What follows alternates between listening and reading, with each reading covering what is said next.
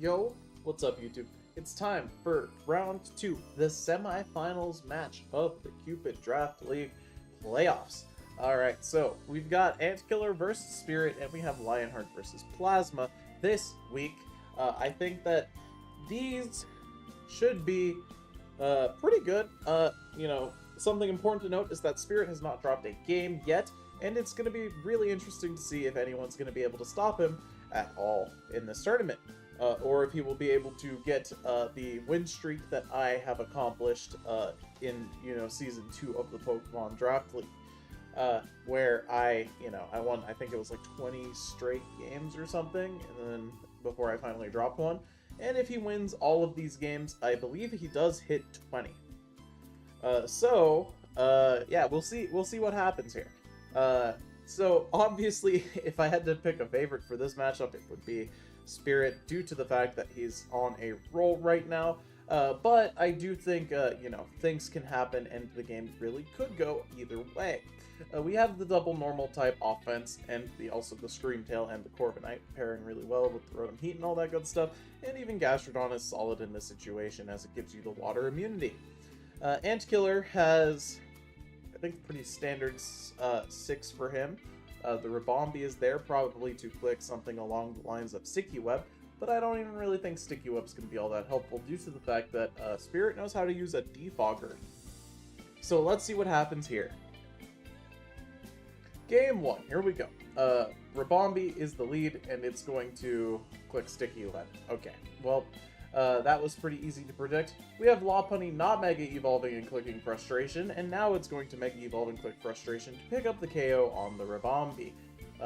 Now, I don't know what exactly was preventing us from Mega Evolving turn 1, but it's okay. Now we're going to click Close Combat because we're really greedy and we expect our opponent to not switch, so we're going to kill the Lopunny in front of us.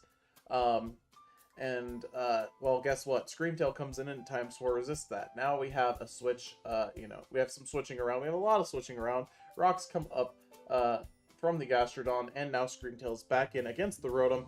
I'm guessing this is especially defensive Screamtail based on this switch.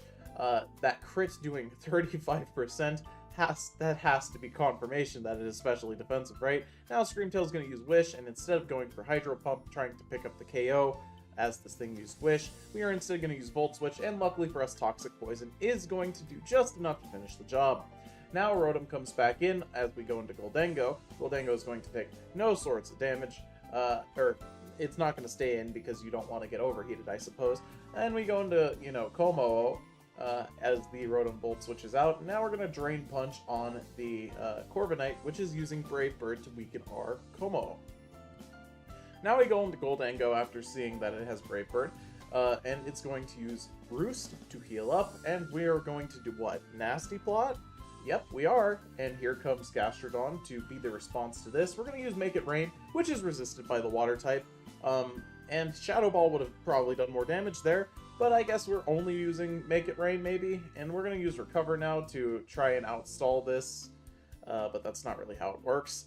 Now we're going to go into Rotom, as Earth Power is used again, but we really can't hurt this Gastrodon with this Rotom unless it's packing Toxic, but we did in fact see that it does.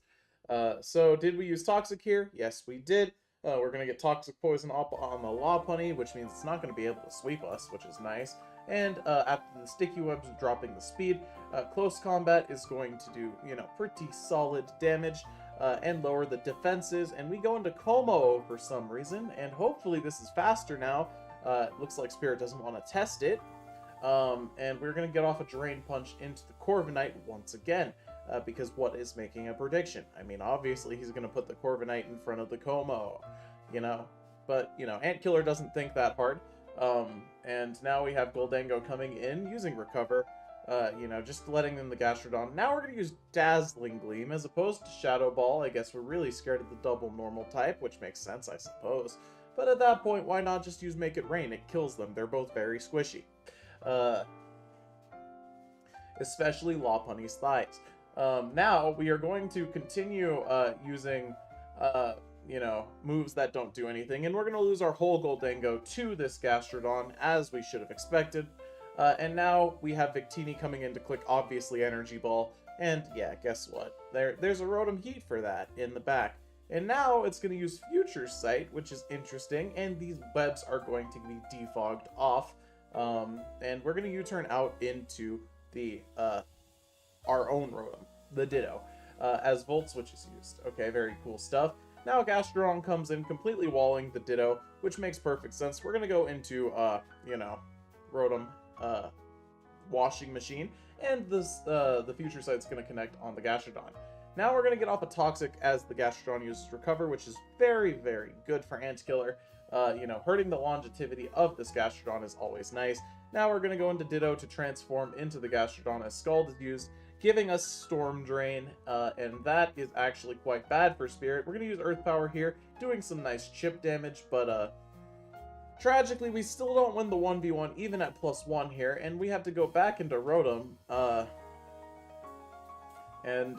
well, I mean, maybe we're faster in Hydro Pump, but, oops, we got tricked. Oh, but luckily for Ant, we didn't get tricked. We actually knew he was going to go back into this Gastrodon, so we clicked Toxic, knowing full well that we could never defeat this Gastrodon with the Rotom. So we should have probably made a predictive switch if we were going to make a prediction. That being said, Como is going to come in and, Drain Punch again? Yeah, okay, we're accomplishing so much by Drain Punching this Corviknight. Now we're going to Drain Punch again, as Brave Bird's probably going to be used, but instead we have Roost, actually. And the fact that we're faster than this Corviknight currently is problematic for Ant, due to the fact that, we're never going to be able to get the extra damage off on Corviknight with Drain Punch, due to the fact that it no longer has its increased aerial ability with the Flying type, if you know what I mean. Now we're going to Dragon Dance on the Roost turn, which is a cool prediction and all that, but why didn't you just do that like 6 turns ago, if you were going to try and go for that angle? Anyway, Rotom's going to come back in, and, yeah, Future Sight. We're going to use V-Create on Rotom, which, well, that's going to result in a dead Victini, and this game is over. I mean, it was over a while ago, but it's really over. It's like really, really over. Alright, Gastrodon's gonna come in. We're gonna click Toxic because I don't know, I guess we don't have anything better to click. And yeah, I mean, like, what were we hoping to accomplish here? Well, what were you trying to do? I mean, the battle may be lost, but you kind of just got, outplayed, really. So I guess this is rage clicking Toxic, I don't know, but finally the Skull Burn is going to put the Rotom into burn range, and Gastrodon finally faints. That's good. Okay, and we have Hyper Voice coming out from the Rotom Heat, which is actually Zoroark, as we know, and you can't transform into an illusioned Pokemon. Ditto is not going to be able to transform at all, and it's going to die to another Hyper Voice from the Zoroark. Cool. Game 2. Will Antkiller get on the board? Who knows? Alright, so we have Corviknight here. Corviknight lead versus the Rotom. Very cool. This is a free Volt Switch, or a free regular Switch, because, Gastrodon's obviously going to come in. And we decided to click Toxic there, and then we decided to click Volt Switch anyway, despite the fact that the Gastrodon is in. Antkiller needs to realize that this Rotom has no way of hurting the Gastrodon, because Spirit already knows that, and that Volt Switch turn accomplished letting rocks go up. And you're not using a Defogger. I mean, like, you have the Rotom, yes, but, like, clearly you're not running Defog because you haven't been, and now we have a Dragon Dance Como using its Poison-type Z-move to pick up a KO on Screamtail after a Dragon Dance. That's really good stuff for Antkiller. Now we're going to start clicking Drain Punch, which we have seen do no sorts of damage. We really should have probably clicked an extra Dragon Dance there, but actually, we can win this 1v1 with, Brave Bird recoil, I think. Yeah, definitely. No, we don't, actually. We do not win that. So here comes Glimmora now. Glimmora is going to go for Dazzling Gleam, which is a move that you should not click in this situation, because there's no Pokemon on the team that it hits for super effective. But we clicked Dazzling Gleam, and now, yeah, Zoroark is going to come in. We are going to not realize it's Zoroark, and Zoroark is now going to, use some epic nasty plot shenanigans, and then get a KO on the Glimmora with Shadow Ball. Now we have Rabombi come in, and yeah, after some switching around, now the Lopunny is in. It's not going to Mega Evolve, and due to the fact it didn't Mega Evolve, now it's going to pick up the KO on Rabombi because it didn't become a Fairy type. Or, it didn't become weak to Fairy, I should say. It didn't become weak to a Fairy type move. Now we're going to go into Nasty Plot Goldango again to click Dazzling Gleam, and we're going to let this thing recover on us. And since we don't have a balloon, we need to Nasty Plot, and we also need to pray that this Earth Power doesn't kill us. Fantastic, it didn't. Now we just need one crit. We need a crit. We need a crit. We did not get a crit. We could have also clicked Make It Rain there, and it would have, I believe, done more damage. And it would have possibly even killed. But instead, we lose our Goldango, and now we go into the Rotom as Lopunny comes back in. The Lopunny takes no damage. This is obviously Zoroark, which we saw earlier was Boot's Zoroark, and we are going to bring this thing down to its, actual form, so we can now transform. And we're going to use Hyper Voice on a Ghost type. And we're going to use Shadow Ball on a Normal type. And we're going to use Hyper Voice on a Ghost type. We're going to use Hyper Voice on a Ghost type. And Ant Killer needs to recognize that he can't win this because he has only 5 power points. And this game is over. This Zoroark has no moves to hit Zoroark. And Spirit outplayed Ant Killer by forcing this Ditto to struggle. And after another Nasty Plot, there it is. There is no moves left. We use Struggle. It does a solid chunk of damage, not gonna lie. But it also does a solid chunk of damage to ourselves. And we should probably get out of this Rotom. And there we do. Get out of this Ditto on the Rotom. As Rotom is now going to Volt Switch into the actual Lopunny. Just kidding, it took the damage from Stealth Rocks. We should have recognized. And we are going to pick up the KO on Zoroark here. And this could still be won by Ant Killer, except for there's a slight issue. That issue is that the Ditto comes out and doesn't transform. And we shouldn't have clicked Volt Switch there.